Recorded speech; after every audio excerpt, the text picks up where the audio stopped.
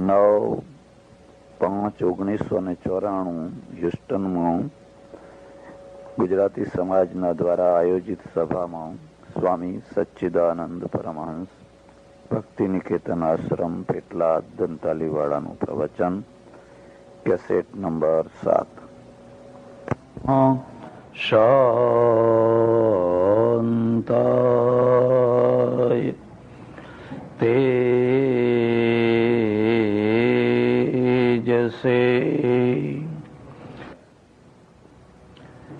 Houston Gujarati સમાજના પ્રમુખશ્રી, ઉપપ્રમુખશ્રી, મંત્રીશ્રી અને એમના સહયોગી ભાઈઓ, સજ્જનો અને બહેનો,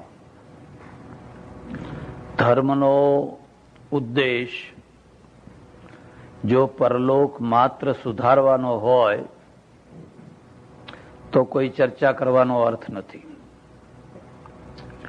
ધર્મનો ઉદ્દેશ જો મનુષ્યોના આલોકને પણ સુધારવાનો હોય તો થોડી ચર્ચા કરવાની રહે છે. પહેલા આલોક, પછી પરલોક. અમારે ત્યાં ધર્મના લક્ષણમાં પણ એમ કહ્યું છે, યતોભ્યુદય નિશ્રેયસ સિદ્ધિ સધર્મ.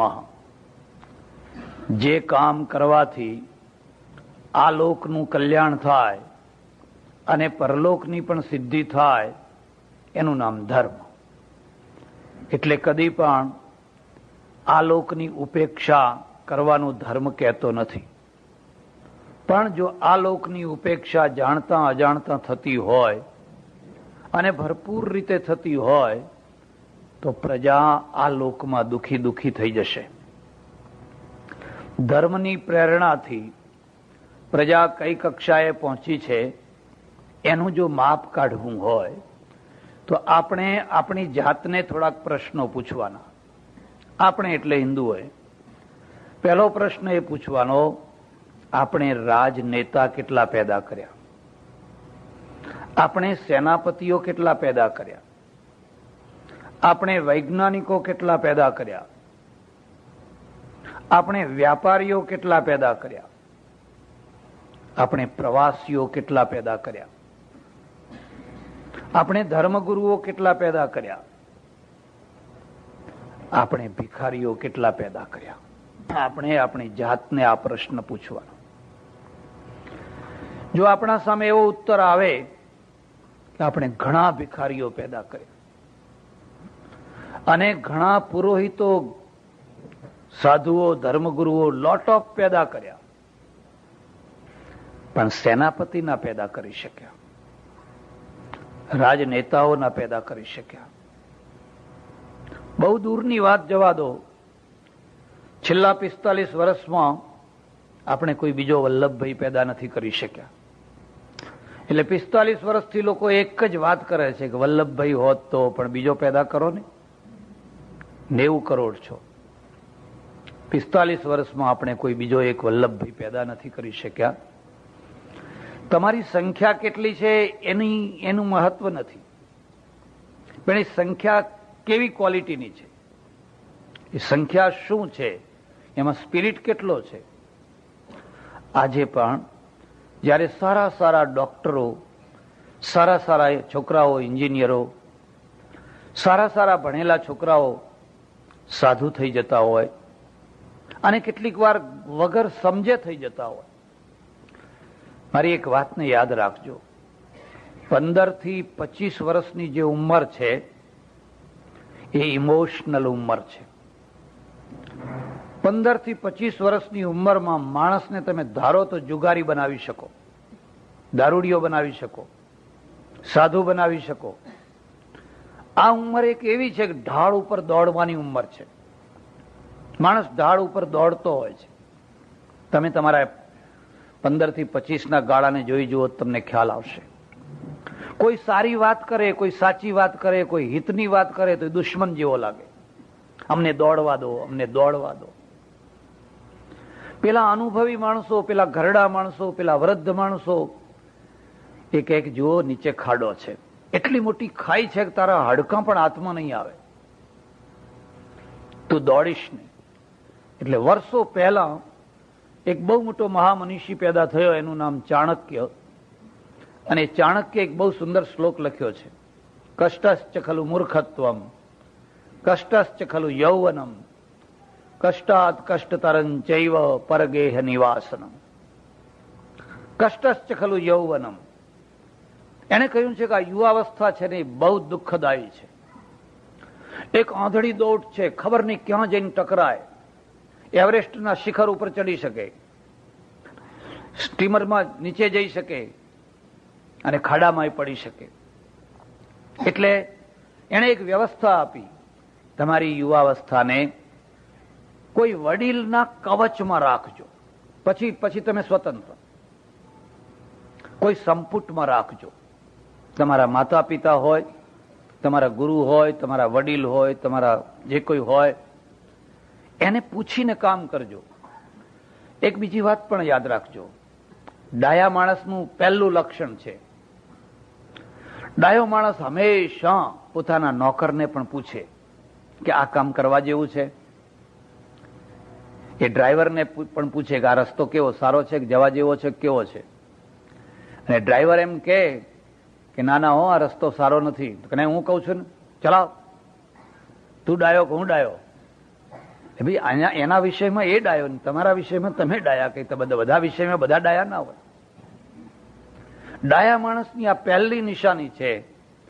એમાં પણ જ્યારે તમે કોઈ જાહેર સંસ્થા ચલાવવા બેસો, કોઈ ટ્રસ્ટ ચલાવવા બેસો, કોઈ જનરલ વ્યવસ્થા ચલાવવા બેસો, ત્યારે તો તમારે પૂછવાનું જ. હાથ નીચેના માણસને, બાજુના માણસને, આ બાજુના માણસને જો પૂછશો તો તમારા વિરોધો ઓછા થઈ જશે. અને વગર પૂછે કામ કર્યા કરશો તો ધીરે ધીરે ધીરે ધીરે ધીરે વિરોધ પેદા થશે. ડાયા માણસનું આ લક્ષણ છે કે હંમેશા બીજાને પૂછે. અને મૂર્ખા માણસનું પહેલું લક્ષણ છે કે એમ માને છે કે મારે કોઈને પૂછવાની જરૂર જ નથી, કે દુનિયાનું તમામ ડાપણ છે ને મારા મગજમાં ભરી ગયું છે, મારે વળી કોઈને પૂછવાનું હતું હશે. ચાણક્ય જેવો બુદ્ધિશાળી કોઈ ભાગ્ય જ થયો હશે. અને એણે એટલા સુંદર નીતિના શ્લોકો લખેલા છે. એણે કહ્યું, તારી યુવાવસ્થા ઉપર મને દયા આવે છે. જો એ યુવાવસ્થા કવચ વિનાની હોય તો. તારી લક્ષ્મી ઉપર મને દયા આવે છે, જો એ તિજોરી વિનાની હોય તો. અમારા એક ઓળખીતા સજ્જન દીકરી પરણાવા આવ્યા, પૈસાની થોકડી આમ થેલો ખભા ઉપર જ નાખીને ફર્યા કરે, ખભા ઉપર નાખીને જ ફર્યા કરે. કોઈએ કહ્યું કે આવી રીતે ના ફરાય, મને કોણ અડતો હતો એમ કે. પછી આવો અહમ ભાવ રાખે, કોઈ થેલો ગાયબ કરી નાખ્યો, ચહેરો ઉતરી ગયો. જો લક્ષ્મી છે તો તિજોરીની વ્યવસ્થા કરવી જ પડશે. જો રાષ્ટ્ર છે તો કિલ્લાની વ્યવસ્થા કરવી જ પડશે. કે રાત્રે બંધ હોય તો દુશ્મન બહાર રહે, નહીં તો તમારા ઘર સુધી દુશ્મન આવી જશે. અને આ ડાપણ છે. એટલે તમારા, મારા, આપણા સૌના ધર્મના પરિણામને જો જાણવું હોય તો આટલા પ્રશ્નો પૂછવાના. તમે રાજનેતાઓ કેટલા પેદા કર્યા, આજે પેદા કરી શકો છો? સેનાપતિઓ પેદા કરી શકો છો? બીજાની વાત જવા દો, ગુજરાતને એવો પ્રશ્ન પૂછવામાં આવે કે તમારા સેનાપતિઓ કેટલા થયા?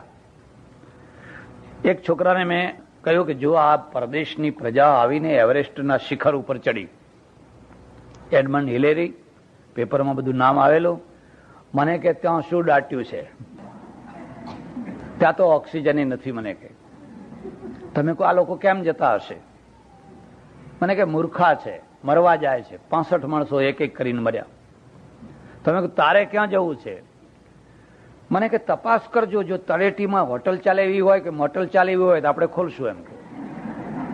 મરશે પેલા, મોટેલ અમે ખોલશું એમ કે. મેં કીધું તું મોટેલ તો ખોલીશ, પણ જે ઉપર ચડશે ને એ દુનિયા ઉપર રાજ કરશે. મોટેલ વાળા પેટ ભરશે, રાજ નહીં કરી શકે. તમે કેટલા વેપારીઓ પેદા કર્યા? તમે જવાબ આપી શકો કે અમે ઘણા વેપારીઓ પેદા કરી છે. પણ તરત જ સામે એમ પ્રશ્ન થાય તમે કેટલા ભિખારીઓ પેદા કર્યા. તમને ખબર છે, ભારતમાં અત્યારે 1.5 કરોડ માણસો માત્ર ધાર્મિક આજીવિકા ઉપર જીવે છે. 1.5 કરોડ માત્ર ધાર્મિક આજીવિકા, ટોપથી મળીને નીચે સુધી. અને બધાએ ધર્મને એવો કોમર્શિયલ બનાવી દીધો છે. અને કોમર્શિયલ ધર્મનું નામ પાડ્યું છે સંસ્કૃતિ. એ રહે તો અમારું ચાલે, અને જો એ ગયું તો અમારું. કોઈને સંસ્કૃતિની પડી નથી. પડી છે દરેકને પોતાના પેટની, પડી છે દરેકને પોતાની આજીવિકાની. અને એ આજીવિકા એવી છે કે બીજાને ચોંટીને જીવવાનું છે. હું તમને એક બીજી વાત કહું છું. તમારા બાળકને જો ઘડતર કરવું હોય તો પહેલું ઘડતર એ કરજો કે બેટા, કદી પણ મફતનું ખાઈને જિંદગી ના જીવીશ, દાન ધર્માદાથી જિંદગી ના જીવીશ. મહેનતનો રોટલો ખાજે, પુરુષાર્થનો રોટલો ખાજે. તમે બાળકનું બહુ મોટું ઘડતર કરી નાખ્યું. એ ગીતા નહીં પણ વાંચે તોય ચાલશે. એને એક જ વાત, તું કદી ધર્માદાનું ના ખાઈશ. અમારે ત્યાં એવું લખાયું છે કે કોઈ તમારો દુશ્મન હોય અને એનું આખું નિકંદન કાઢવું હોય તો તલવારથી એને ના મારશો, એને ધર્માદાનો વહીવટ આપી દેવાનો. કોઈ ધર્માદા સંસ્થા હોય ને એનો વહીવટ આપી દેવાનો. અને વહીવટમાં એ ગોટાળા કરે ને પૈસા ખાવા મળે, આપોઆપ એનું નિકંદન નીકળી જશે. પણ કોઈનું ભલું કરવું હોય તો એને ધર્માદાનો વહીવટ આપી દેવાનો. જો એમાં 5 પૈસા પોતાના ઉમેર્યા કરશે, એ પૈસો પોતે નહીં ખાય પણ ઉપરથી પોતાના 5 પૈસા ઉમેરીને સંસ્થા ચલાવશે, એનો બેડો પાર થઈ જશે. આ એક એવી વસ્તુ છે કે તમે ધારો તો તરી શકો છો ને તમે ધારો તો ડૂબી શકો છો. મન બગડ્યું તો ડૂબ્યા, મન સુધર્યું તો તરી ગયા. અમારે પેટલાદમાં એક આશ્રમ, બહુ સારા મહાત્મા, એક વાણિયાર ભલા માણસ રોજ જાય અને સેવાની વૃત્તિ, એટલે તો આ બધું ચાલતું હોય છે. એક માણસ એવો હોય કે બધી ખુરશીઓ ઠીક કરે, જાજમ પાથરે, ફલાણું કરે, લાઇટ કરે, પાણીની વ્યવસ્થા કરે, એને એમાં રસ હોય. એક બીજો માણસ એવો હોય કે એને તૈયાર વ્યવસ્થામાં સારામાં સારી ખુરશી ઘોડે, કઈ સારામાં સારી છે એ બેસે. એક એવો માણસ હોય કે હંમેશા ખોડ જ કાઢ્યા કરે, એને બીજું કશું સૂઝે જ નહીં. અહીં કેમ બેસાડ્યા, આમ કેમ બેસાડ્યા, આમ કેમ બેસાડ્યા, લે તું બેસાડ ત્યાં લે. પણ આ બધાની જરૂર છે, આ બધાની જરૂર છે. કારણ કે બધું હોય તો દુનિયા ચાલે. એટલે મહારાજ પાસે ઘણો પ્રસાદ આવે, ઢગલા બંધ આવે, જે આવે એ કંઈ ને કંઈ લઈને આવે. અને મહારાજ એટલા ઉદારને આવે એ બધું વેચે રાખે, પ્રસાદ બધાને આપે રાખે, અને પેલાના દ્વારા વેચાવે. પછી એક દિવસ ખાનગીમાં બેસાડીને કહ્યું, જો બેટા, તારે મારી થોડા દિવસ સેવા કરવી છે કે જિંદગી ભર સેવા કરવી છે? એક બીજી વાત યાદ રાખજો, કોઈ દિવસ ઉતાવળમાં કોઈની સાથે સંબંધ ના બાંધશો. ક્ષણે રૂષ્ટા ક્ષણે તુષ્ટા, રૂષ્ટા તુષ્ટા ક્ષણે ક્ષણે, અવ્યવસ્થિત ચિત્તસ્ય પ્રસાદોપી ભયંકર. ચાણક્ય. એક ક્ષણવારમાં રાજી થાય, ક્ષણવારમાં નારાજ થાય. ક્ષણે રૂષ્ટા ક્ષણે તુષ્ટા, રૂષ્ટા તુષ્ટા ક્ષણે ક્ષણે, અવ્યવસ્થિત ચિત્તસ્ય પ્રસાદોપી ભયંકર. જેના મગજમાં સ્થિરતા નથી એ કૃપા કરે તો એ પણ ભયંકર છે. કદી ઉતાવળમાં ઝડપભેર કોઈની સાથે સંબંધ ના બાંધશો.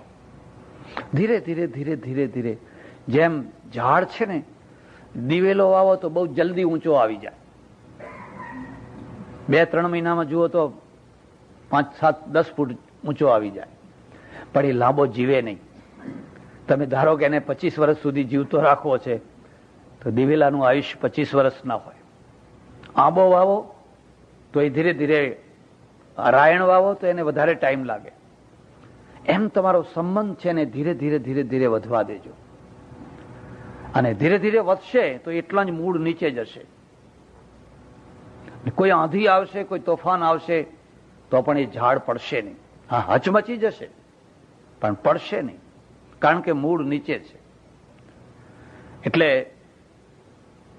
જો તારે કાયમની મારી સેવા કરવી હોય તો હું તને કહું એમ કરવાનું, અને થોડા દિવસ કરવી હોય તને ફાવે એમ કરવાનું. ના કે બાપુ મારે તો કાયમ કરવી છે. તો આ બધો પ્રસાદ તું વહેંચે, તારે કોઈ દિવસ ટુકડો તારા ઘેર નહીં લઈ જવાનો, નખ ધોઈને જવાના. બોલ આટલું કરીશ તો તું કાયમ મારી સેવા કરી શકીશ. એને કહ્યું ભલે હું એમ કરીશ. એ માણસ આવીને મને વાત કરે, મને કે મને ન્યાલ કરી નાખ્યો, મારો બેડો પાર કરી નાખ્યો. કારણ કે એટલો સારો સારો પ્રસાદ આવે અને તરત જ મન લજાય કે આપણા મુનિયા માટે થોડોક લઈ લઈએ. અને પહેલા દિવસે આટલો લઈએ, પછી બીજા દિવસે વિચાર થાય કે આજ તો ઘણો વધ્યો છે, અને આ બધું કોણ, પડીકું મોટું થઈ જાય. પછી ત્રીજા દિવસે, ચોથા દિવસે, પાંચમા દિવસે એવી ઈચ્છા થાય કે હવે થોડો થોડો આપો ને વધારો, હવે થોડો થોડો આપો. અને બને એટલો. આ તો આ બહેનોને કઈ નથી કહેતો, આ ભજન મંડળમાં એવું ના કરે કોઈ. ચપટી મોટી થાય, ચપટી નાની થાય, ચપટી મોટી થાય, ચપટી નાની થાય. આખી જિંદગી સુધી આ માણસે નખ ધોઈને પછી જવાનું. ગમે એવું આવ્યું મારે ના જોઈએ, બેડો પાર થઈ.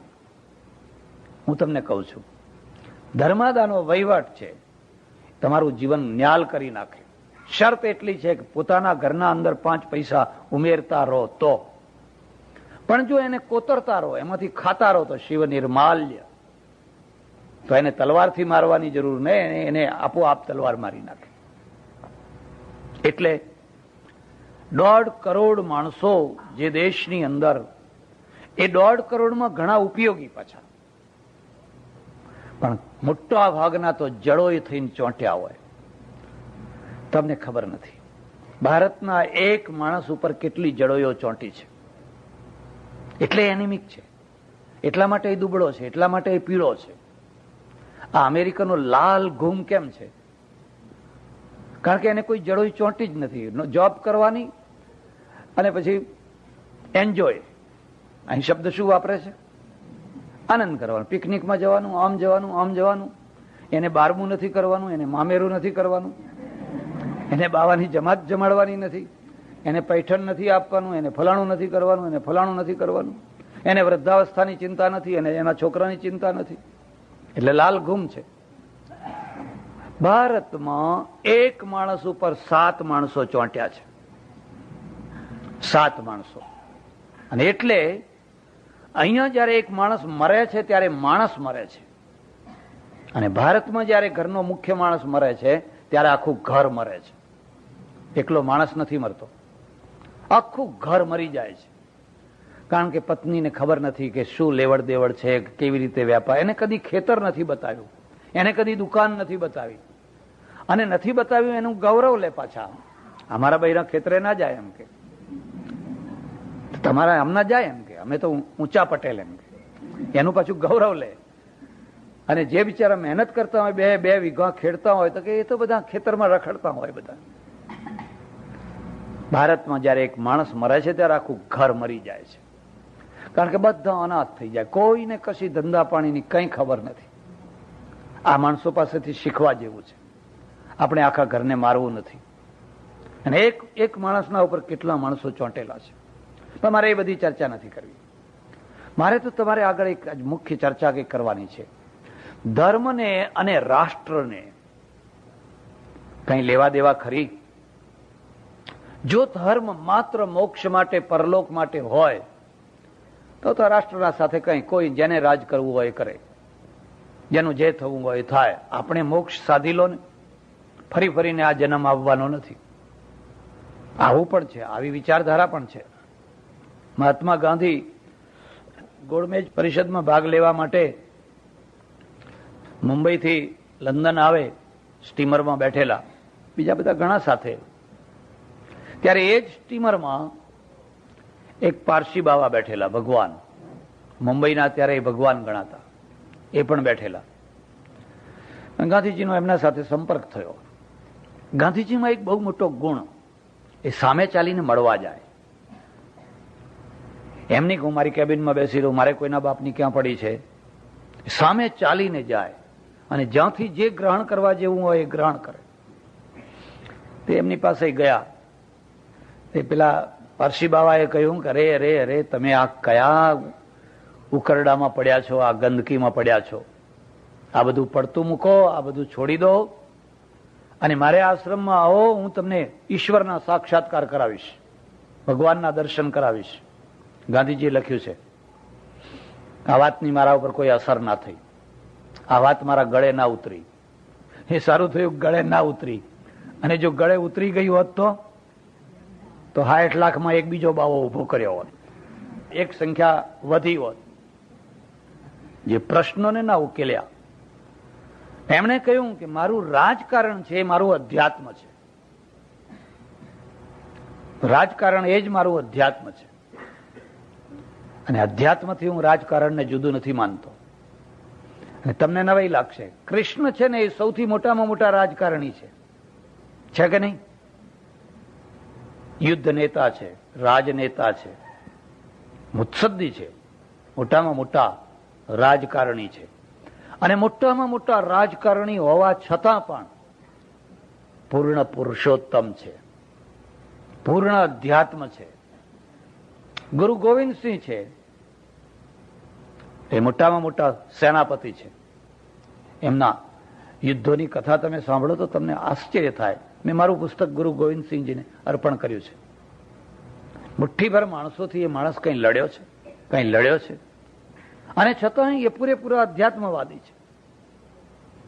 અધ્યાત્મને અને રાજકારણને દુશ્મનાવટ નથી. અને જો એને દુશ્મનાવટ કરશો તો તમારો ધર્મ રાષ્ટ્રની અપેક્ષાઓ પૂરી કરનારો નહીં થાય.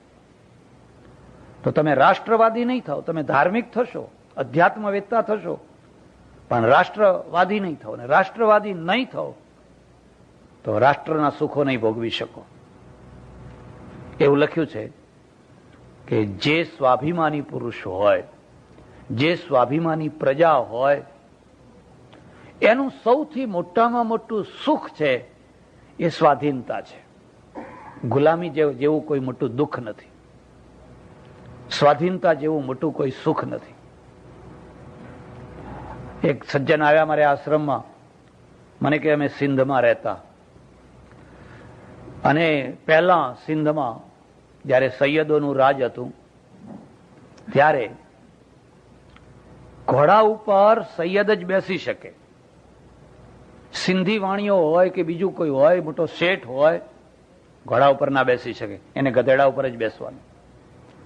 સિંધના ગધેડા બહુ સારા, પણ ગધેડા ઉપર જ બેસવાનું. એને બીજા ગામ જવું હોય, ત્રીજા ગામ જવું હોય, ઉઘરાણીએ જવું હોય, ઘોડા ઉપર માત્ર રાજ કરતા જ બેસી શકે. એના ભાયા તો એના વંશ વારસો એ બધા બેસી શકે. એટલું જ નહીં, પણ અમે એક ગધેડા ઉપર બેઠો હોય ને સામેથી પેલો સૈયદ આવતો હોય તો એ ગધેડું એક તરફ ઊભું રાખીને એને નીચે ઉતરી જવાનું.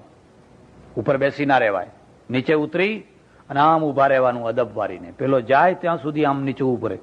પેલો ગરીબ માણસ હોય ને આ ધનાઢ્ય માણસ હોય, પણ સન્માન એને આપવાનું. કેમ? ગુલામી છે. પેટમાં તમે ખૂબ શીરો ખાઓ છો, પણ માથું ઊંચું કરીને નથી ફરી શકતા. ખૂબ જ્યુસ પીવો છો, કેન નો કેન, પણ બાંકડા ઉપર લખેલું હોય છે નોટ ફોર ઇન્ડિયન. અંગ્રેજો એવું લખેલું આપણા દેશમાં. એવા કેટલાય બાંકડા ઉપર, એવા કેટલાય રોડ ઉપર, એવા કેટલાય પુલ ઉપર અહીંયા ઇન્ડિયન નહીં ચાલી શકે, એટલે ના ચાલી શકાય. અને બધું સ્વીકાર કરી લીધું. પ્રજા છે એ જયારે સ્વમાન વિનાની થઈ જાય પછી એને પાસે તમે ગમે તે કામ કરાવી શકો, પણ એના અંદરનું સ્વમાન જાગે. મારા દેશમાં હું મારા રોડ ઉપર ના ચાલી શકું, મારા દેશમાં હું મારા પુલ ઉપર ના ચાલી શકું, તો એમાંથી રાષ્ટ્રવાદ પેદા થાય. કોઈ વાર તમે તમારા અંતરને પૂછજો, તમારા ધર્મે તમારા અંદર રાષ્ટ્રવાદ જગાડ્યો છે? મોક્ષની લગન લગાડી, છબલિકા વગાડ્યા, આખો 24 કલાકની અખંડ ધૂન, આમ કેળો ડોલાવતા હોય ઘણા તો, બધું બરાબર, પણ તમારા દેશ માટે, તમારા રાષ્ટ્ર માટે તમારી પાસે કંઈ છે? ઉલટાના ઘણા લોકો કે એ વાત ના કરશો, એમ કે એ વાત અહીં નહીં કરવાની, તો ક્યાં કરવાની? એ વાત અહીં ના કરશો તો અહીં શું કરશો? ભગવદ્ ગીતા રાષ્ટ્રવાદી ગ્રંથ છે, યુદ્ધનો ગ્રંથ છે, યુદ્ધનો ગ્રંથ છે. અને એનો નેતા કૃષ્ણ છે. અને કૃષ્ણ રાષ્ટ્રવાદી પુરુષ છે, રાજકારણી પુરુષ છે, અને છતાં પૂર્ણ અધ્યાત્મ પુરુષ છે. આપણા ત્યાં જનક છે એ મહર્ષિ રાજર્ષિ છે, અને રાજર્ષિ સાધુ નથી. રાજર્ષિ હોવા છતાં પણ પૂરેપૂરો અધ્યાત્મવાદી છે. એટલે આ વાતને સમજો જરા. અધ્યાત્મવાદ રાષ્ટ્રવાદનો વિરોધી ન હોવો જોઈએ. અધ્યાત્મવાદ રાષ્ટ્રીય સમૃદ્ધિનો વિરોધી ન હોવો જોઈએ. અધ્યાત્મવાદ વિજ્ઞાનનો વિરોધી ન હોવો જોઈએ. અધ્યાત્મવાદ સાંસારિક સુખોનો વિરોધી ન હોવો જોઈએ. જો આ બધાનો વિરોધી થશે તો આ લોક બગડી જશે. તમે આ લોકને ધૂળધાણી કરી નાખશો.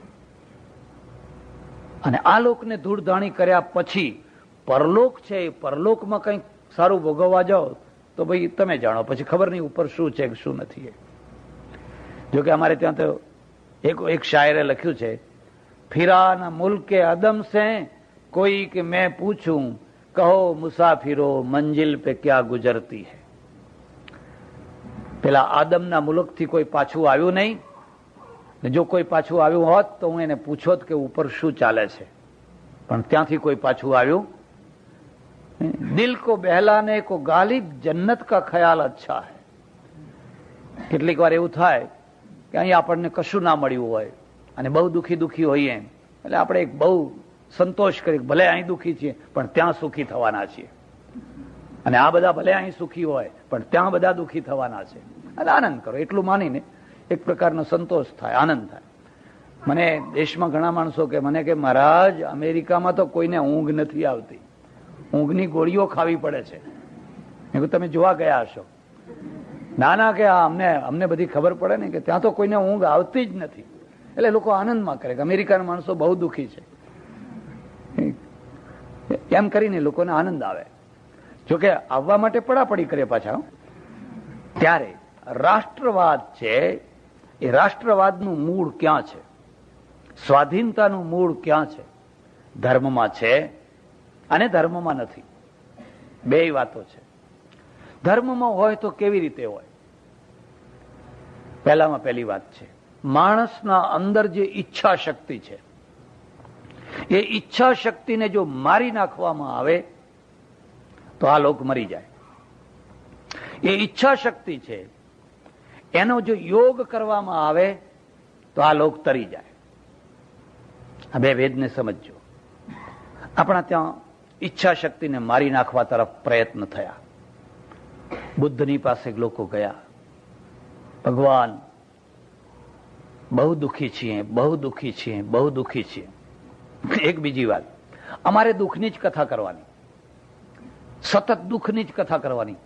એટલે લોકોના મનમાં એમ થાય કે હો આપણે તો બહુ દુઃખી છીએ, આપણે તો બહુ દુઃખી છીએ, આપણા જેવું કોઈ દુઃખી નથી.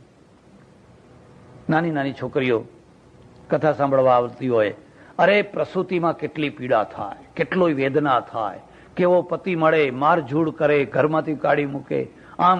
એટલે સતત નેગેટિવ રૂપ આપ્યા કરવાનું. એટલે પેલી જે નાની ઉંમરની કુમળી ઉંમરની છોકરી છે ને, એના મનની અંદર સંસારનું એક બિહામણું ચિત્ર આવી જાય, અને બિહામણા ચિત્રમાંથી વૈરાગ્ય ઉભો થાય, ભયમાંથી વૈરાગ્ય. કેટલું દુઃખ છે, કેવી સાસુ મળશે, કેવી નણંદ મળશે, કેવો ઘરવાળો મળશે, કેવું દુઃખ થશે. એટલે સતત આમ એને ભય એક બિહામણું ચિત્ર બતાવી દેવાનું. અને બીજા લોકોને પણ કહેવાનું, શું તમે શામાં મોહી રહ્યા છો? આ શરીરમાં તો બધું નરક ભર્યું છે, વિષ્ટા ભર્યું છે, મળમૂત્ર ભર્યું છે. મારા એક સાધુ મને કે શું વાત કરો છો? દૂધપાક ખાઈએ છીએ ને 4 કલાકમાં વિષ્ટા થઈ જાય છે. તમે શું થઈ જાય? તમારી શું ઈચ્છા છે? એ ફ્રીજમાં એમને પડ્યો રહે, એમને 6 મહિના સુધી પડ્યો રહે? તમે દૂધપાક ખાઓ અને તમારી ઈચ્છા એવી છે કે 6 મહિના સુધી એ પકવાશે એમાં એમને, અને જેને પડ્યો રહે છે એને પૂછો ને કે શું દશા છે? એક ભયંકર બીક બેસાડી દેવાની. ના મને કે આ નાકમાંથી તો લીંટ નીકળે છે. તમે કીધું ડીઝલ નીકળે? અરે કુદરતે ગ્રીસિંગ કર્યું છે, એ લીંટ જ બરાબર છે. જો એ લીંટ ના નીકળે તો નાક કોરું થઈ જાય, તો શ્વાસ લેવા કઠિન થઈ જાય. આંખમાં, નાકમાં, કાનમાં, મોઢામાં જ્યાં જે વસ્તુ ગોઠવી છે એ બિલકુલ બરાબર છે. પણ એને નેગેટિવ બતાવવાની, સતત એકની એક વાત કયા કરવાની. અરર, કેટલો ત્રાસ, કેટલો ભયંકર ત્રાસ. એક ચૌધરી મારી પાસે આવે અને મને કહે, જેટલી વાર આવે એટલી, મને કહે 900 ને 72 કોઠા, એમાંથી આ જીવ નીકળે એ જેમ ખેંચે તો હો કઈ વેદના થાય, કઈ મરતી વખતે વેદના થાય. એને જયારે જુઓ ત્યારે આ જ વાત કરવાની. અને એના માટે મૃત્યુ એક ભય બની ગયું. 900 ને 72 કોઠામાંથી જીવ ખેંચવાનો. એક પટેલ મળ્યા, તે મને કે હવે ઊંઘ જ નથી આવતી. મેં કહ્યું કેમ, શું થયું? કે હું નાની ઉંમરમાં જુવાન હતો અને એક ભજન મેં ગાવેલું કે ઊંઘ તને સીધા આવે તારે માથે ભમે છે કાળ, ઊંઘ તને સીધા આવે. તે આ ભજન મારા ઉપર એટલી અસર કરી ગયું કે રાત્રે ઊંઘું જ નહીં. જરાક જોખું આવે કે તરત જ પેલું ભજન કે ઊંઘ તને સીધા આવે તારા માથે ભમે છે કાળ. તો હું તરત જ બેઠો થઈ જાઉં એમ કે. પછી તોય જોખું આવે તો મારા ખેતરમાં કે કૂવો હતો અને કૂવાના ઉપર એક લાંબુ લાકડું નાખેલું વચ્ચોવચ્ચ, તે લાકડા ઉપર જઈને બેસું કે ઊંઘ જોખું આવે તો નીચે પડું એમ કે. અને આ રીતે હું જાગ્યો, કારણ કે ઊંઘ તને સીધા આવે. અને હવે ઊંઘ આવતી જ નથી એમ કે. હવે બિલકુલ ઊંઘ આવતી નથી. આ વૈરાગ્ય નથી, આ ગુમરાહ વૃત્તિ છે. ભગવદ્ ગીતા શું કહે છે ખબર છે? યુક્તાહાર વિહારસ્ય યુક્ત ચેષ્ટસ્ય કર્મસુ યુક્ત સ્વપ્નાવબોધસ્ય યોગો ભવતિ દુઃખા. અર્જુન, જે સમયસર ખાય છે, પૂરું ખાય છે, અને સમયસર જે ઊંઘે છે, યુક્ત સ્વપ્નાવબોધસ્ય, અને સમયસર જે જાગે છે, યોગો ભવતિ દુઃખા, એ યોગી છે અને એ દુઃખને હરનારો યોગ કરનારો છે. એટલે શું થયું કે સતત નેગેટિવ દૃશ્ય બતાવતું રહ્યું અને સુખના ઢગલા ઉપર બેઠા હોવા છતાં સુખી ના થઈ શક્યા. કારણ કે એક જ થયું કે ઓહો, આ તો બધું દુઃખ છે, દુઃખ છે, દુઃખ છે. બુદ્ધની પાસે જે ગયા એમને વારંવાર એક જ કહ્યું, સર્વમ દુઃખમ દુઃખમ દુઃખમ સર્વમ દુઃખમ. કે ભારતમાં દુઃખ હશે, અમેરિકામાં આવ્યા હવે શાનું દુઃખ છે? અહીં તો લીલા લહેર છે કે ના ભાઈ ના, અહીંયા જોબ જતી રહે છે, મોર્ગેજ ભરવાનું થાય છે, અને છોકરા જુવાન થવા આવ્યા છે. ઊંઘ તને સીધા આવે, આ છોકરા જુવાન થયા છે, હાથમાં રહેતા નથી, હાથમાં રાખવા છે, હાથમાં રહેતા નથી. બીજી તરફ બધા ડોસાઓ ડોસીઓ આવી છે, અને એ ડોસા ને ડોસીઓ છે એ બિચારા બધા ચકડોળે ચડ્યા છે કે અહીં અમને ગમતું નથી, તો હેડો ને ભારતમાં. ભારતમાં પાણી પીવાનું, નહીં જ્યુસ પીવાનો. ભારતમાં જાય એટલે કે પાણી પીવાનું, અને અહીં તો પેલા કેન ના કેન ભરીને જ્યુસ પીવાનો. જ્યુસ પીવાનો ખરો, પણ છીંકણી ક્લબ ક્યાં છે અહીં? ઓટલા ક્લબ ક્યાં છે અહીં? તો ઓટલા ક્લબ નથી, છીંકણી ક્લબ નથી. હવે એક રૂમમાં બેઠા બેઠા જ્યુસ કેટલો પીવો? એટલે બુદ્ધને લખવું પડ્યું, સર્વમ દુઃખમ દુઃખમ દુઃખમ. અહીંયા માણસ રડતો હોય, કમાતો હોય, બે પૈસે સુખી હોય, સુખી કહેવાય, પણ બીજા દુઃખ છે. ભારતમાં બીજા દુઃખ છે. અને એક સુખ છે, ત્યાં એ તળાવની પાળ ઉપર બેઠો હોય મસ્તીમાં, 8-10 છોકરા ડોહાઓ માણસો બધા ભેગા થયા હોય, તડાકા મારતા હોય, એમ લાગે કે જાણે સ્વર્ગમાં બેઠા હોય એવું. આ બાજુ ઉકેડા હોય, આ બાજુ બીજું હોય, એમાં શું થઈ ગયું હોય? અમારા છે ને એમાં કઈ થોડાક, પણ તોય લીલા લહેર આનંદથી રહેતો હોય. બુદ્ધને લખવું પડ્યું, સર્વમ દુઃખમ દુઃખમ દુઃખમ સર્વમ દુઃખમ. એક દુઃખ દર્શન નીકળ્યું. યાદ રાખજો, આપણા ત્યાં 2 દર્શનો છે. એકમાં વારંવાર દુઃખ દર્શન અને એકમાં સુખ દર્શન. શંકરાચાર્યને કોઈએ પૂછ્યું કેવું છે? તેને કહ્યું સર્વમ આનંદમ. આ તો આનંદ જ આનંદ છે, હું આનંદ રૂપ છું. એ સુખ દર્શન છે. આ દુઃખ તો કલ્પના છે, બરાબર નથી. 2 છેડાના દર્શન છે, બંને છેડાના દર્શન. બધું દુઃખ છે એ પણ બરાબર નથી, ને બધું સુખ છે એ પણ બરાબર નથી. સુખ અને દુઃખનું મિશ્રિત સંસાર છે. પણ દર્શન ક્યાં આગળ વળી ગયું?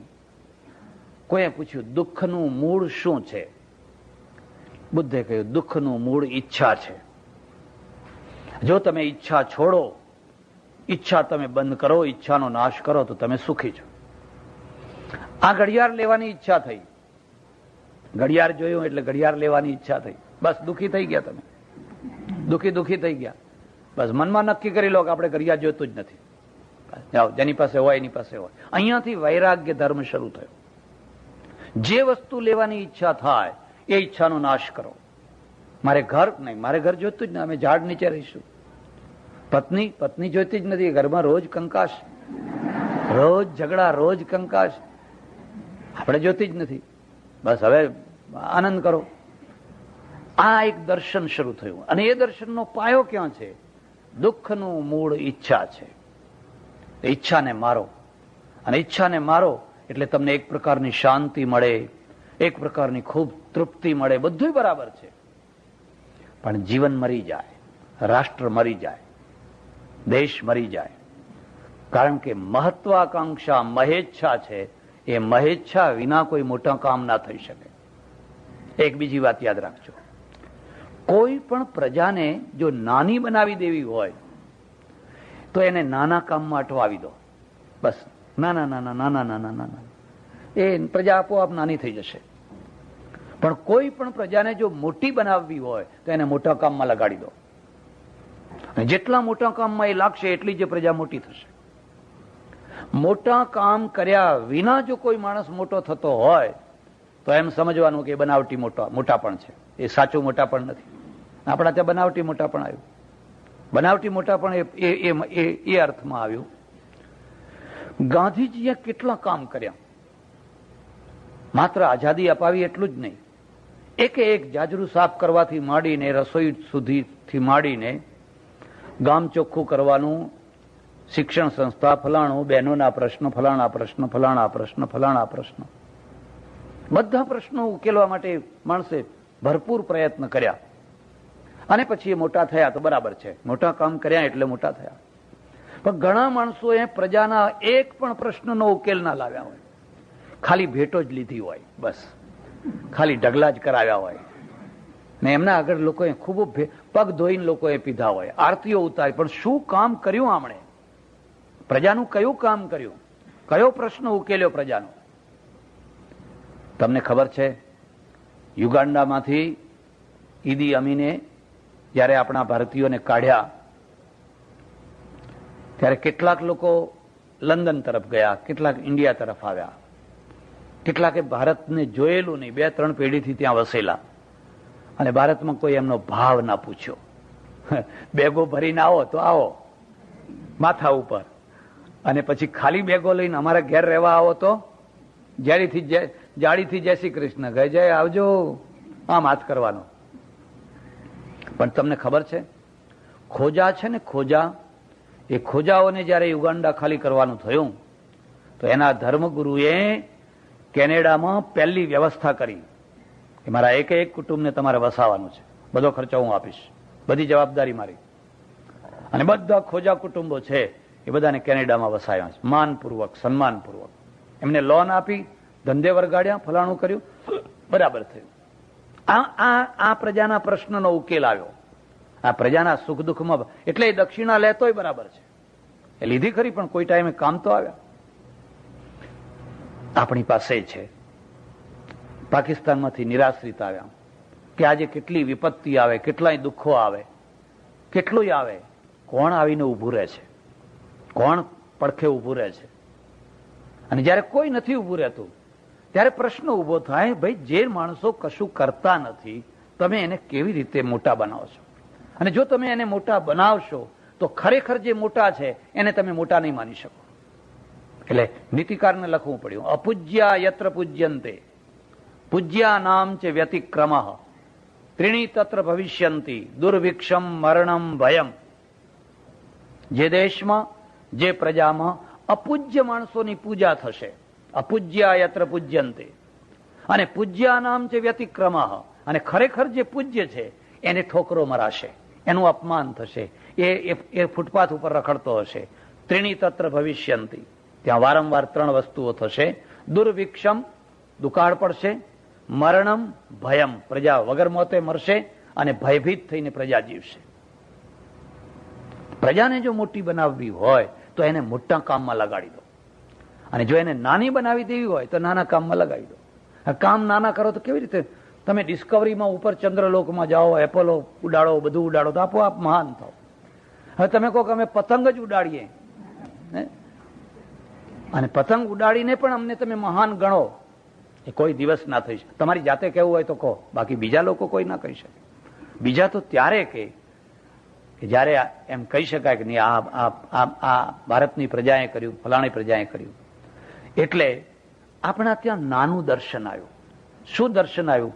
બસ અડધો રોટલો ખાઈને જીવી લો, અડધો રોટલો ખાઈને જીવી લો. કાલ મરી જવું છે, ભેગું કંઈ આવવાનું નથી, સાથે કંઈ આવવાનું નથી. કોના માટે આ બધું ભેગું કર? અરે સિકંદર મરી ગયો તો એક કોડી એના ભેગી નથી ગઈ.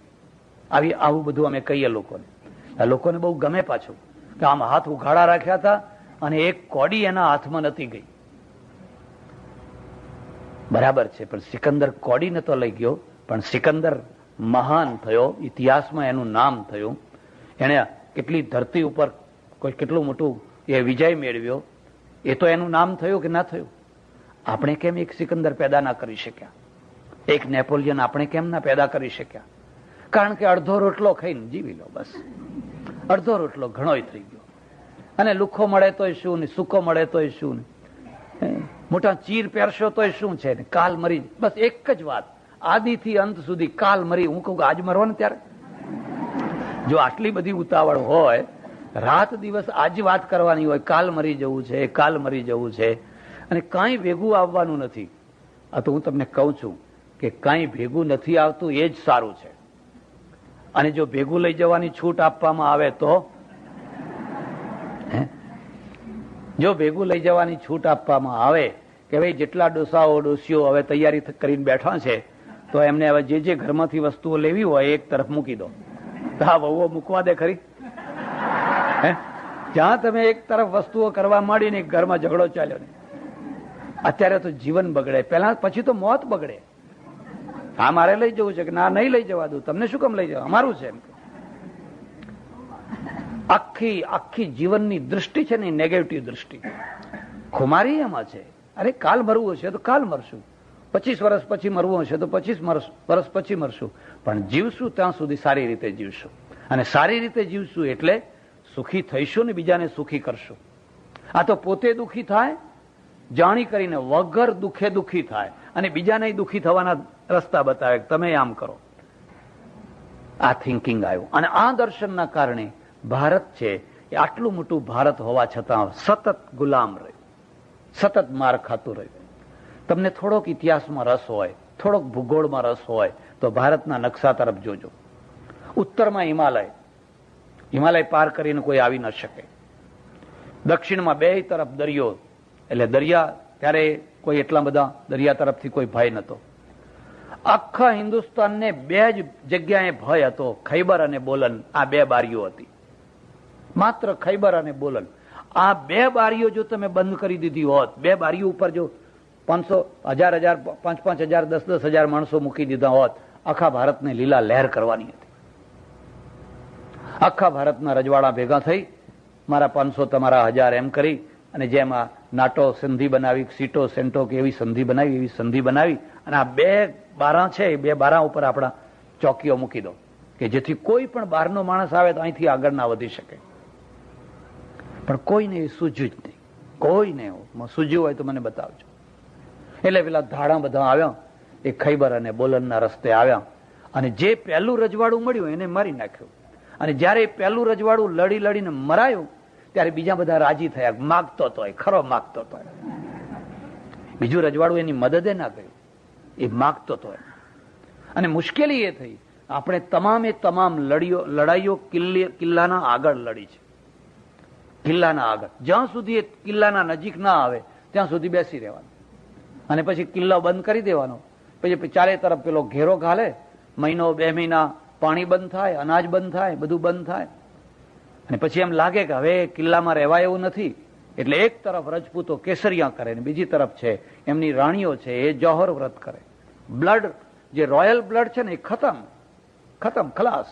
પેલા રજપૂતો ત્યાં કપાઈ મરી જાય, અને સ્ત્રીઓ છે અંદર હજારો ચિતામાં બળીને મરી જાય. હવે બાકી જે પ્રજા રહી એ તો બધી શસ્ત્ર વિનાની છે. ઘાંચી, મોચી, દરજી, સુથાર, ખેડૂત, મજૂર, બ્રાહ્મણ, વાણિયા, ફલાણા એ તો બધી શસ્ત્ર વિનાની છે. એમાં તો કોઈને શસ્ત્ર પકડતા નથી આવડે. હા, માળા પકડતા આવડે, તમે કહો તો તાળીઓ વગાડે, એ બધું કરે, પણ આમાં શસ્ત્ર પકડતા તો કોઈને નથી આવડતું. કોઈને શીખવાડ્યું જ નથી. કોઈ શીખવા તૈયાર હોય તો એને મુકાઈ દીધું છે, તને અધિકાર નથી. તારાથી તમે એવી કલ્પના કરી શકો કે મોરબી હોય કે લીમડી હોય કે મહેસાણા હોય કે પાટણ હોય અને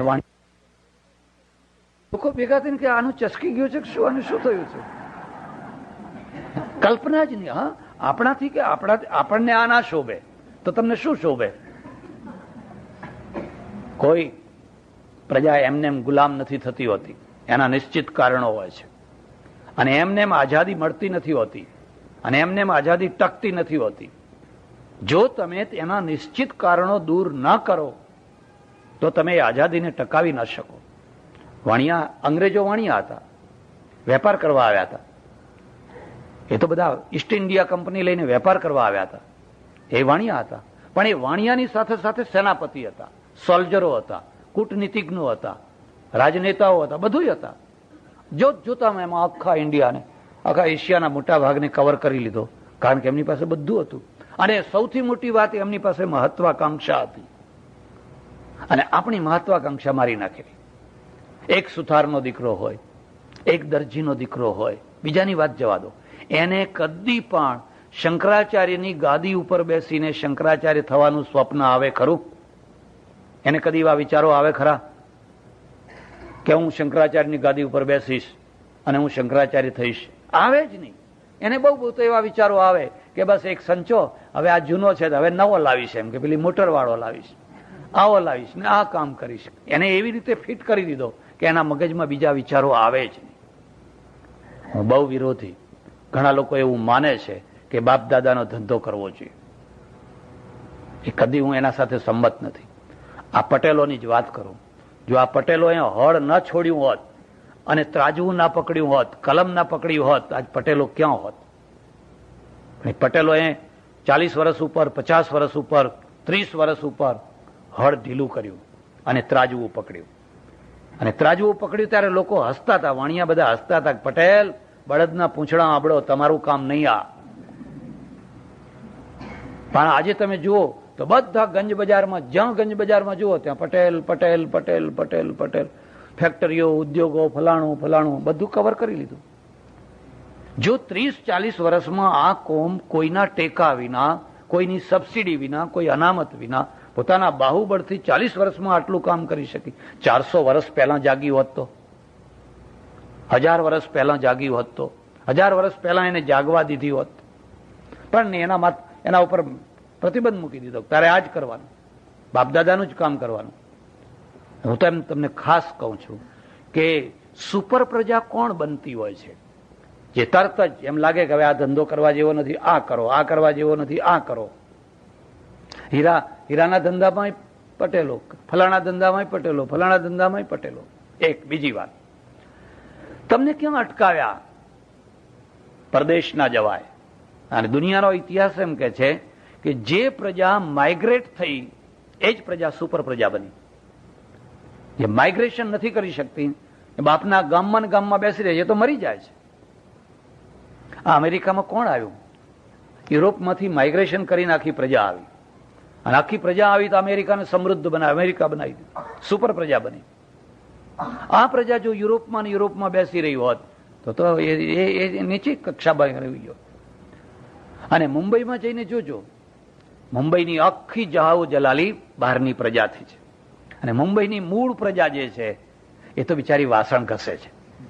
એ તો આજે પણ વાસણ ઘસે છે, જ્યાં હતી ત્યાં ને ત્યાં. આજ દશા સુરતની, આજ દશા ભરૂચની, આજ દશા પાટણની, આજ દશા જે ગામ જાઓ ત્યાંની. બહારની આવેલી પ્રજા હંમેશા સુપર બનતી હોય છે, અને મૂળ પ્રજા છે એ ખસતી નથી હોતી, ત્યાં ને ત્યાં બેસી રહે છે, મરી જતી હોય છે. આપણે લોકોને શીખવાડ્યું ના, બહાર ના જવાય, દરિયાના પેલી તરફ ના જવાય, આમ ના જવાય, આમ ના જવાય, આમ ના જવાય. કારણો નિશ્ચિત કારણો છે, અને નિશ્ચિત કારણો ને જ્યાં સુધી આપણે સ્વીકાર કરતા રહીશું ને, આજે તો ઘણું સારું છે. હવે તો આજે તો આપણે એટલા બધા માઇગ્રેશન કરનારા થઈ ગયા. અને તમે જુઓ છો કે અમારે ચડોતરની અંદર કોઈ પણ ગામમાં જાઓ અને એ ગામમાં સારામાં સારું કોઈ મકાન જુઓ તો તમે આંખ મીચીને એમ કહી શકો કે આ કોઈ બહાર રહેનારો માણસ હશે. કાં તો એ અમેરિકા હશે, કાં તો આફ્રિકા હશે, કાં તો ભારતના કોઈ બીજા પ્રાંતમાં હશે. અને 100 વર્ષથી જેને ચૂનોય ના લાગ્યો હોય એમ સમજી લેવાનું કે આ અહીં પલાઠી વાળીને અહીં બેઠેલો માણસ છે. એના ઘરમાં, બિચારાના ઘરમાં સિમેન્ટની એક થેલી નથી લાગી, એક ચૂનોય નથી લાગ્યો. કારણ કે જ્યારે લોકો આફ્રિકા જવા નીકળ્યા ને ત્યારે એ હસતા હતા કે અમે શું કામ જઈએ, અમે કંઈ થોડા ભૂખે મરીએ છીએ, અમારે તો 50 વીઘા જમીન છે. અને 50 વીઘા જમીન પકડીને બેસી રહ્યા. અને પેલી થોડી જમીન વાળા હતા એ ભાડું ઉછીતું લઈને પણ મોમ્બાસા પહોંચ્યા. બહુ દુઃખ ભોગ્યું, ઘણું દુઃખ ભોગ્યું. અને આજે તમે જુઓ તો આલિશાન બંગલા બંધાઈ ગયા. પ્રજાને માઇગ્રેશન કરાવવું જોઈએ. અને આજે પણ એક પ્રક્રિયા ચાલુ જ છે. સુપર પ્રજા છે, હંમેશા સારી જગ્યાએ પહોંચી જતી હોય છે, અને ત્યાંથી ફરી બીજી જગ્યાએ, ત્રીજી જગ્યાએ. અને લોઅર પ્રજા છે એને તમે મારીને પરોણા મારો તો ખસે નહીં જરાય. બેઠા પછી ત્યાંથી ખસવાનું નામ ના લે. એટલે ભગવદ્ ગીતા અને આપણો ધર્મ, એના સંદર્ભમાં તમે જોશો તો તમારે આઝાદી જોઈએ છે, તમારે રાષ્ટ્રવાદ જોઈએ છે, તમારા રાષ્ટ્રનું સ્વાભિમાન જોઈએ છે. ધર્મની સાથે જોડી દો. એવું જો માનશો કે ધર્મને એને કંઈ લેવા દેવા નહીં, તો ધર્મને કોને લેવા દેવા છે? શું પ્રજા સુખી થાય એ ધર્મ નથી ઈચ્છતી? શું પ્રજા ગુલામ થાય એવું ઈચ્છે છે ધર્મ? એટલે રાજકારણ છે એ 3 પાટા ઉપર ચાલતું હોય છે. યાદ રાખવું હોય તો રાખી લેજો. એનો પહેલો પાટો છે પરાક્રમ, એનો બીજો પાટો છે મુત્સદ્દીગીરી, અને એનો ત્રીજો પાટો જે છે એનું નામ છે મોરલ.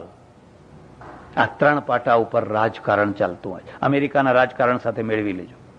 દુનિયાના કોઈ પણ દેશના સફળ રાજકારણ, આ 3 ભેગા થાય એટલે રાજકારણ સફળ, રાજનેતા ધન્ય થઈ જાય. અને આ 3માંથી એકે ના હોય, બસ એ રાષ્ટ્ર આપોઆપ પતિત થઈ જાય. તમારામાં પરાક્રમ છે. પરાક્રમનો અર્થ તમે સમજ્યા? બહાદુરી, શૌર્ય. તમે જુઓ છો કે આ સાચું છે, આ કરવા જેવું છે, પણ બાવડામાં જોર નથી, કરી નથી શકાતું. તમારામાં ડાપણ છે, સમજણ છે. હમણાં જો તમે પેપર વાંચતા હો તો હમણાં એક કિસ્સો આવ્યો બસને લૂંટવાનો. 3 માણસો બસમાં ચડી ગયા અને આ સાણંદ પાસે જઈને બસ ઊભી રખાવી. પેલા કંડક્ટરને ઊભી રાખે, મૂકી, પિસ્તોલ બતાવી, રિવોલ્વર. હવે કંડક્ટર છે ને એ પરાક્રમી બહાદુર માણસ છે. એણે રકઝક કરીને ઓચિંતાનો દરવાજો ખોલી નાખીને પેલાને મારી લાતને બહાર ગબડાવી દીધો. આ મેં મારી નજરે એક કિસ્સો જોયેલો. હું જાંબિયામાં લુસાકામાં રહું અને શોપિંગ સેન્ટરમાં જવાનું થયેલું. હવે સામે બધું પાર્કિંગ લોટ અને એમાં બધી ગાડીઓ પાર્ક કરેલી. ત્યારે આ રોડેશિયાના એટલે ઝિમ્બાબ્વેના ફ્રીડમ ફાઇટરો બધા જાંબિયામાં રહે, અને શસ્ત્રો એટલા બધા શસ્ત્રો ઉભરાઈ ગયેલા. તો એક ગોરી ડોસી ને એક ડોસો એ વસ્તુઓ લઈ અને પોતાની ગાડીમાં મૂકવા ગયા. આમ ચાવીથી ગાડી ખોલી એટલામાં એક બંદૂક વાળો આવી ગયો. આમાં લાવ, ચાવી લાવ એમ કે. હવે આ તો હક્કો બક્કો થઈ ગયો ને સામે બધા માણસો જોઈ રહ્યા છે. હમણાં આ ગાડી લઈ જશે, બધા જોઈ રહ્યા છે અને બધા થીજી જાય છે. ત્યાં યુગાન્ડામાં હતો ને ત્યારે ચોરીઓ થતી. તે એક ડોશી મને કે મહારાજ હવે ભગવાન અવતાર ક્યારે લેશે? મેં કહ્યું કેમ માજી, કેમ ઉતાવળ આવી છે? ના કે અહીંયા રોજ ચોર આવે છે ને ગાડીઓ લઈ જાય છે. કીધું તમે શું કરો છો? આટલો બધો મોહલ્લો, 100 ઘરનો મોહલ્લો છે, તમે બધા શું કરો છો? કે આમ બારીઓમાંથી જોઈએ છીએ કે આપણા ઘરમાં તો નથી આવતા ને, આપણા ઘરમાં તો નથી આવતા ને. મેં કહ્યું કાયરો માટે ભગવાન અવતાર ના લે, અને પરાક્રમીઓને અવતારની જરૂર નથી, પોતે જ અવતાર છે. મુદ્દો સમજાય છે? જો તમે પરાક્રમી છો તો તમારે કોઈના અવતારની જરૂર નથી. તમે પોતે જ અવતાર છો. અને જો તમે કાયર છો તો હવે ભગવાન આવીને શું કરશે? એક દિવસ આવશે, 2 દિવસ આવશે, વળી પાછા હતું એનું એ જ. બધા થીજી ગયા, હમણાં ગાડી ચોરી જશે, હમણાં ગાડી લઈ જશે. અને ખબર નહીં પેલા ડોસાએ કયા ટાઈમે શું કર્યું કે ફટ દઈને પેલા એનો હાથ જે આમ પિસ્તોલ લઈને ધરેલો ને અહીં પકડી લીધો આમ. અને જેવો એને આમ પકડીને આમ મચેડ્યો તો પેલી ડોશી છે ને આમ ગાડીને ફરીને આવી ગઈ અને એને પાછળથી પેલી એડીવાળી એવી લાતો મારવા લાગીને ગબડાવી દીધો. અરે મેં કહ્યું ધન્ય છે આ ડોસાને અને ધન્ય છે આ ડોશીને. હવે આપણો જુવાને જો આવો તો